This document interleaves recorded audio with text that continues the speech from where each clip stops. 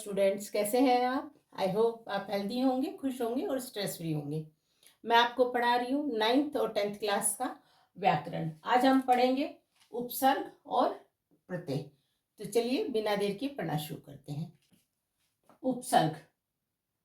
उपसर्ग और प्रत्यय में पहले मैं आपको कराऊंगी उपसर्ग। पहले हम इसकी परिभाषा कर लेते हैं। उपसर्ग क्या है? उपसर्ग क्या है? उपसर्ग वे शब्दांश है जो किसी शब्द से पूर्व लगकर उस शब्द का अर्थ बदल देते हैं या उसमें कोई नई विशेषता उत्पन्न कर देते हैं। अर्थात उपसर्ग वो हुए जो किसी शब्द के आगे लगकर, पूर्व मतलब आगे लगकर, वो जो शब्द है उसका अर्थ बदल दे, उसे हम कहेंगे उपसर्ग। साधारण भाषा में कहा जाए उपसर्ग क्या है, तो उपसर्ग वे शब्दांश है जो किसी शब्द के आगे लगकर उस शब्द की विशेषता बदल दे, उसमें कोई विशेषता उत्पन्न कर दे या उस शब्द का अर्थ बदल दे। एग्जाम्पल देती हूं मैं आपको, जैसे कुपुत्र। ठीक है, कु प्लस पुत्र। अब इसमें पुत्र आपका हो गया शब्द, कु प्लस पुत्र। पुत्र आपका हो गया शब्द और कु हो गया शब्दांश। तो हमने क्या किया कि पुत्र शब्द के आगे हमने कु शब्दांश लगा दिया और इसका अर्थ बदल दिया। इसकी अब क्या विशेषता हो गई? ये पुत्र कैसा है? कुपुत्र है। कुपुत्र मतलब खराब पुत्र। ठीक है, पहले तो सिर्फ पुत्र था। पुत्र कैसा भी हो सकता है, अच्छा या बुरा। लेकिन जब हमने इसके आगे उपसर्ग लगा दिया, शब्दांश क्या लगाया हमने? कु, तो इसका अर्थ बदल गया और इसकी क्या विशेषता हो गई? ये बन गया कुपुत्र, खराब पुत्र। अच्छा देखो, शब्द अलग होते हैं, शब्दांश अलग होते हैं। उपसर्ग जो लगाया जाता है उसको हम बोलेंगे शब्दांश और ये क्या हो गया? शब्द। ठीक है, अब इसकी 2-3 और विशेषताएं हैं। पहला, हिंदी भाषा में संस्कृत, हिंदी और उर्दू शब्दों की प्रधानता होती है। जब हम हिंदी भाषा लिखते हैं तो हम उसमें हिंदी का भी प्रयोग करते हैं, संस्कृत के शब्दों का प्रयोग करते हैं और उर्दू के शब्दों का प्रयोग करते हैं। इसलिए इनके उपसर्ग भी भाषा अनुसार भिन्न होते हैं। जब हम इनमें उपसर्ग लगाएंगे तो भाषा अनुसार, मतलब इन संस्कृत, हिंदी और उर्दू भाषा के अनुसार इनके उपसर्ग भी भिन्न होंगे, अलग होंगे। दूसरी बात क्या है? शब्द जिस स्रोत का होता है उपसर्ग भी उसी स्रोत का लगता है। कि जो स्रोत शब्दों का होगा कि हिंदी भाषा से आया है, संस्कृत भाषा से आया है या उर्दू भाषा से आया है, और उसका फिर उपसर्ग भी हम उसी स्रोत का लगाएंगे। अगर हिंदी भाषा का है तो उपसर्ग भी, जो उपसर्ग का स्रोत होगा वो भी हिंदी भाषा का होगा। अगर शब्द संस्कृत भाषा का है तो स्रोत भी संस्कृत भाषा का होगा। अगर शब्द का स्रोत उर्दू है तो उसका उपसर्ग भी क्या होगा? उर्दू का ही होगा। तो क्या कहा गया है कि शब्द जिस स्रोत का होता है उसका उपसर्ग भी उसी स्रोत का लगता है। तो चलिए मैं अब आपको अच्छे से समझाती हूँ कि उपसर्ग क्या है, और हर उपसर्ग को हम हर एक भाषा के अनुसार लेंगे। संस्कृत भाषा में कैसे उपसर्ग लगेगा, हिंदी भाषा में कैसे उपसर्ग लगेंगे और उर्दू भाषा में उपसर्ग कैसे लगेगा। चलिए आगे पढ़ना शुरू करते हैं। स्टूडेंट, सबसे पहले संस्कृत उपसर्ग का इस्तेमाल करते हैं। हिंदी में संस्कृत भाषा के निम्नलिखित उपसर्ग है जो संस्कृत शब्दों में ही लगते हैं। मैंने बोला ना, जिस भाषा का जो स्रोत होगा उपसर्ग भी उसी स्रोत से लिया जाएगा। तो संस्कृत है इसमें, तो जो उपसर्ग लगेगा वो संस्कृत स्रोत से ही लगेगा। चलिए, अति, अति मतलब होता है बहुत अधिक, तो हम उपसर्ग कैसे लगा देंगे? अति प्लस अंत, अत्यंत। अंत क्या है आपका? शब्द, और इसमें अति क्या हो गया? शब्दांश। ठीक है, ये आपका उपसर्ग हो गया और ये आपका हो गया शब्द। तो अति प्लस अंत क्या बन जाएगा? अत्यंत। आप इसमें क्या लिखोगे? अंत है आपका शब्द और अति है वो है शब्दांश, और हम इसको बोलेंगे इसमें अति उपसर्ग लगा है। अधि, अधि मतलब ऊंचा, अधि प्लस कार, अधिकार। ठीक है, अधि क्या है? उपसर्ग। अनु मतलब पीछे, अनु प्लस भव, अनुभव। अभी, अभी मतलब सामने, अभी प्लस मान, अभिमान। अप मतलब अनुचित, गलत, अप प्लस कार, अपकार। अव, अव मतलब बुरा, अव प्लस मूल्यन, अवमूल्यन। इसमें मूल्यन क्या है? शब्द, अव क्या है? शब्दांश। तो मूल्यन के आगे ये क्या लगा है? उपसर्ग, और उपसर्ग लगने से इसका क्या बन गया, इसकी विशेषता चेंज हो गई, इसकी विशेषता बदल गई, इसका अर्थ बदल गया। उत मतलब होता ऊंचा, उत प्लस कर्ष, क्योंकि ये इतना छोटा है, मैंने बोला ना वर्ण, और अब मैंने आपको बताया था वर्ण विच्छेद में आपको समझाया था कि जब इसके नीचे हलंत लगाओ तो मतलब ये छोटा त है। तो उत प्लस कर्ष, जब कर्ष के आगे हमने शब्दांश उत लगा दिया तो बन गया उत्कर्ष, हाफ त आ जाएगा। आ मतलब तक, आ प्लस कंठ, आकंठ, कंठ तक मतलब गले तक, तो कंठ आपका शब्द हो गया, आ इसमें शब्दांश लग गया, या हम आ बोलेंगे, ये उपसर्ग है और ये शब्द है। ऐसे ही दूर, दूर मतलब बुरा, ये छोटा है, हलंत लगा हुआ है, तो दूर प्लस आचार, आ है तो रे में आ की मात्रा लग गई, दुराचार। नी मतलब निषेध, जिस चीज का निषेध होता है, नी प्लस यम, नियम। त्रिस या तिर, इसमें भी इसका मतलब निषेध होता है, त्रिस प्लस कार, त्रिष्कार। कार क्या है, शब्द, त्रिस क्या लग गया, शब्दांश, कार के आगे उपसर्ग लग गया और इसका अर्थ बदल गया, त्रिष्कार बन गया। ये इसकी विशेषता क्या हो गई अब कार की, त्रिष्कार। अलम मतलब बहुत, इसके मतलब होते हैं अलम प्लस कार, अलंकार। अब देखो ये म है, ये न में बदल जाएगा संस्कृत भाषा में, तो ल के ऊपर न लग गया, अलंकार। पुनर, ये रे हलंत लगा हुआ है, इसका मतलब रे छोटा है, पुनर प्लस जन्म, पुनर्जन्म। तो आप क्या कहोगे, ये शब्द है, ये शब्दांश है। जन्म के आगे जब हम उपसर्ग क्या लगा दिया हमने, पुनर लगा दिया, तो इसका अर्थ बदल गया, इसकी विशेषता बदल गई, हो गया पुनर्जन्म। तो ये तो हो गए संस्कृत उपसर्ग। अब मैं आपको कराऊंगी हिंदी उपसर्ग और उर्दू के उपसर्ग। तो चलिए आगे करते हैं। चलिए स्टूडेंट्स, अब हिंदी के उपसर्ग लेते हैं। अ मतलब होता है अभाव, जिसके आगे अ लग जाए मतलब अभाव। अ प्लस छूत, अछूत। छूत क्या हो गया आपका, शब्द, अ लग गया उपसर्ग, तो क्या बन गया, अछूत। अ प्लस टल, अटल। अध मतलब आधा, अध प्लस खिला, अध खिला, कि आधा खिला हुआ।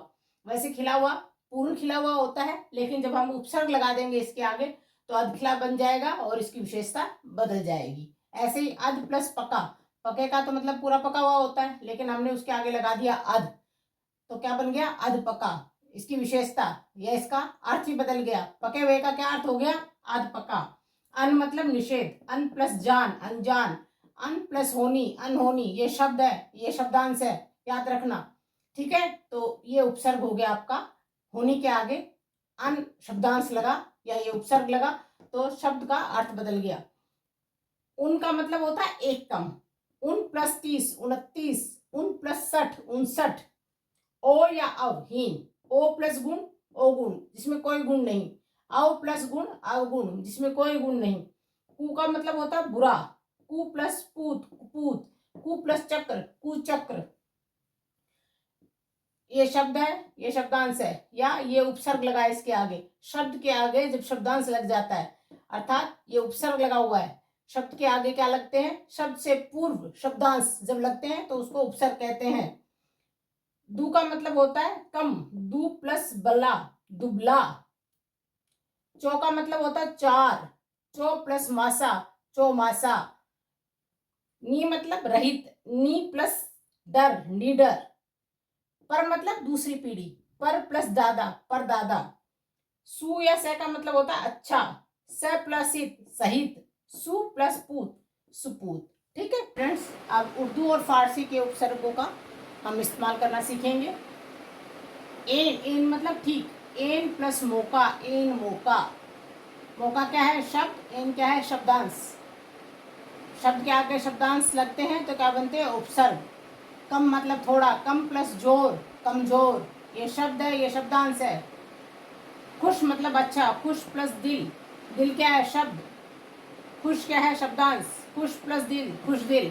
गैर मतलब भिन्न, गैर प्लस हाजिर, गैर हाजिर।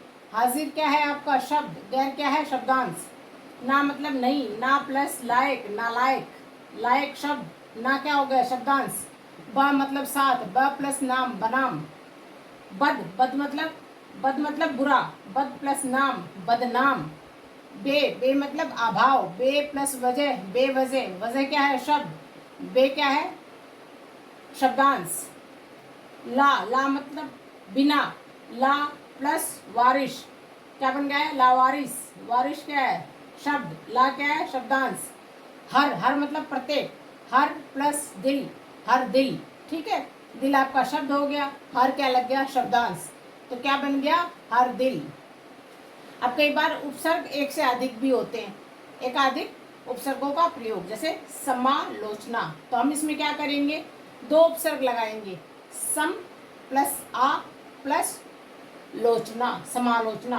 अप्रत्याशित, अ प्लस प्रति प्लस आशित। तो आशित और लोचना तो शब्द है, और सम और आ ये क्या है? आपके शब्दांश। यहाँ अ और प्रति क्या है? शब्दांश।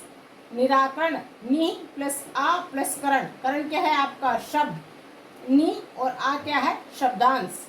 पर्यावरण, परि प्लस आ प्लस वर्ण। वर्ण क्या है? शब्द। परि और आ क्या है? शब्दांश। निराभिमानी, निर प्लस अभि प्लस मानी। मानी तो आपका शब्द हो गया, निर और अभि क्या हो गया? शब्दांश। आपके उपसर्ग पूरे होते हैं। अब हम प्रत्यय करेंगे। आई होप जो मैंने उपसर्ग आपको समझाए हैं आपको समझ में आए होंगे। चलिए स्टूडेंट्स, अगला लेते हैं प्रत्यय। ठीक है, प्रत्यय की परिभाषा क्या होगी? जो शब्दांश धातु रूप या शब्दों के अंत में लगकर नए शब्दों का निर्माण करे उन्हें प्रत्यय कहते हैं। सेम वही बात कि जो शब्दांश धातु रूप में या शब्दांश के रूप में किसी शब्द के पीछे लगकर, मतलब अंत मतलब पीछे लगकर उस शब्द का अर्थ बदल दे या उसमें कोई विशेषता उत्पन्न कर दे, उन्हें हम कहेंगे प्रत्यय। महानता, क्या किया हमने? आखिरी में लगकर उस शब्द का क्या कर दिया? नए शब्द का निर्माण कर दिया या उस शब्द में एक नई विशेषता उत्पन्न कर दी। तो महान आदमी में जब आप ता लगा दोगे, महान, महान में जब ता लग गया तो क्या बन गया? महानता। शब्द में हम शब्दांश शब्द के आगे लगाते हैं और प्रत्यय में हम क्या करते हैं? शब्दांश शब्द के पीछे लगाते हैं। प्रत्यय दो प्रकार के होते हैं। नंबर एक कृत प्रत्यय और दूसरा तदित प्रत्यय। कृत प्रत्यय क्या होते हैं? जो प्रत्यय क्रिया के मूल धातु रूप के साथ लगकर संज्ञा और विशेषण का निर्माण करते हैं वे कृत प्रत्यय कहलाते हैं। पढ़ प्लस आई, पढ़ाई। तो पढ़ क्या हो गया? क्रिया, धातु क्रिया होगी पढ़। ठीक है, इसके साथ लगकर संज्ञा या विशेषण का निर्माण करते हैं, क्या हो गया? पढ़ाई। पढ़ाई क्या हो गया? विशेषण। ठीक है, ऐसे ही पठ, पठनीय। पठ क्या होगी? धातु क्रिया होगी। नीय क्या बन जाएगा? पठनीय। खिलौना, खेल प्लस ओना, खिलौना। चलाऊ, चल प्लस आऊ, चलाऊ। तो चल धातु होगी, धातु क्रिया होगी, क्रिया है। खेल धातु क्रिया होगी और पठ धातु क्रिया होगी, और ये सब क्या है? शब्दांश है। ये इस धातु क्रिया के साथ मिलकर इसकी संज्ञा या विशेषण का निर्माण करते हैं। इन्हें क्या करते हैं? कृत प्रत्यय। ठीक है, अब कृत प्रत्यय हिंदी में किस प्रकार बनेंगे, संस्कृत में किस प्रकार बनेंगे, उसको मैं आगे आपको अच्छे से एक्सप्लेन करती हूँ। चलिए अब हिंदी के कृत प्रत्यय ले लेते हैं। ठीक है, अब इसमें मैंने प्रत्यय लिख दिए हैं सब आगे। अंत प्रत्यय है। ठीक है, शब्द क्या हो गया? रट, हमने शब्दांश लगा दिया, अंत बन गया रटंत। निर्मित शब्द क्या हो गया? रटंत। तो रट हमारा हो गया शब्द या धातु क्रिया हो गई, अंत हमने शब्दांश लगाया और रटंत, इसमें अंत क्या हो जाएगा? प्रत्यय।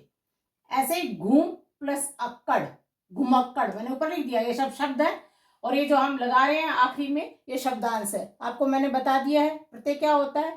प्रत्यय शब्द के अंत में आखिरी में जो शब्दांश लगे और एक नए शब्द का निर्माण करे उसे प्रत्यय कहते हैं। तो घूम प्लस अक्कड़, घुमक्कड़। ऐसे अन के बन जाएंगे, ढक प्लस अन, ढक्कन। देख प्लस आ, देखा। लिखा प्लस आई, लिखाई। प्लस आन, मिलान। बह प्लस आव, बहाव। लिख प्लस आवट, लिखावट। बढ़ प्लस या, बढ़िया। हंस प्लस ई, हंसी। लूट प्लस एरा, लुटेरा। आपने देखा ये सब क्या है? क्रिया धातु है, क्रिया हो रही है सब में। घूम क्रिया है, ढक क्रिया है, देख क्रिया है, लिखना क्रिया है, कमा क्रिया है, मिल क्रिया है, बह क्रिया है, लिख क्रिया, बढ़ क्रिया, हंस क्रिया, लूट, ये सब क्रिया धातु है। और इसके पीछे हमने जो शब्दांश लगाए हैं, प्रत्यय लगाए हैं, उससे नए शब्द का निर्माण हुआ है। तो करते हैं इसी का अगला पार्ट, संस्कृत के कृत प्रत्यय। संस्कृत के कुछ कृत प्रत्यय ले लेते हैं। शब्द मैंने आगे लिख दिए हैं, ठीक है, शब्दांश पीछे हैं। गम प्लस अन, गमन। गम क्या है? संस्कृत का शब्द है। भाव प्लस अना, भावना। गोप प्लस अन्य, गोपनीय। त्याग प्लस ई, त्यागी। ग्रह प्लस स्थ, गृहस्थ। पीछे शब्दांश लगते हैं, उन्हें प्रत्यय कहते हैं। चलिए अब तदित प्रत्यय और कर लेते हैं, उसके बाद ये आपका चैप्टर खत्म हो जाएगा। अब तदित प्रत्यय क्या हो जाएगा? जो प्रत्यय क्रिया धातु के रूपों को छोड़कर अन्य शब्द जैसे संज्ञा, विशेषण, सर्वनाम आदि के साथ लगकर नए शब्दों का निर्माण करें, उन्हें तदित प्रत्यय कहते हैं।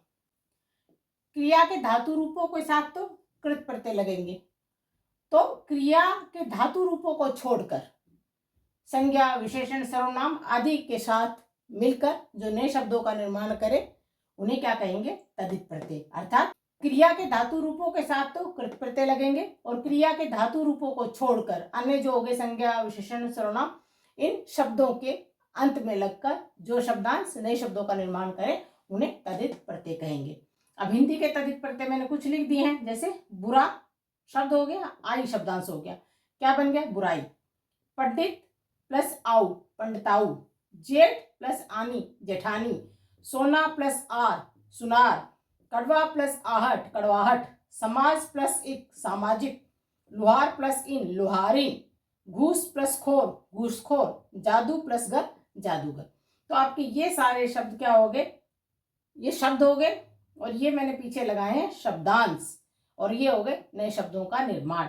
अब देखो, इसमें कोई भी क्रिया धातु नहीं है, ये कोई क्रिया धातु के रूप नहीं है, ठीक है। इनके साथ ये प्रत्यय लगे हुए हैं और नए शब्दों का निर्माण इन्होंने कर दिया है। चलो अगला करते हैं, संस्कृत और उर्दू के तदित प्रत्यय। चलिए स्टूडेंट्स, अब संस्कृत के तदित प्रत्यय ले लेते हैं। शब्द हो गया दया, शब्दांश हो गया आलू, दयालु। शब्द हो गया नेत, शब्दांश लग गया एक, नैतिक। काल प्लस इमा, कालिमा। पंख प्लस इल, पंकिल। स्वर्ग प्लस ये, स्वर्गीय। स्व प्लस त, स्वतः। श्रेष्ठ प्लस तम, श्रेष्ठतम। गति प्लस मान, गतिमान। गुण प्लस वान, गुणवान। ऐसे ही कुछ उर्दू के तदित प्रत्यय हैं। तीर प्लस अंदाज, तीरंदाज। साल प्लस आना, सालाना। कम प्लस इना, कमीना। कलम प्लस दान, कलमदान। अकल प्लस मंद, अकलमंद। तो ये आपके हो गए उर्दू के तदित प्रत्यय। लीजिए स्टूडेंट्स, आपका उपसर्ग और प्रत्यय वाला चैप्टर खत्म होता है। आई होप जो मैंने आपको पढ़ाया आपको समझ में आ गया होगा। अगर आपको मेरा पढ़ाया हुआ समझ में आता है तो please do like, share and subscribe my channel. Stay healthy, happy and stress free. Okay, bye bye.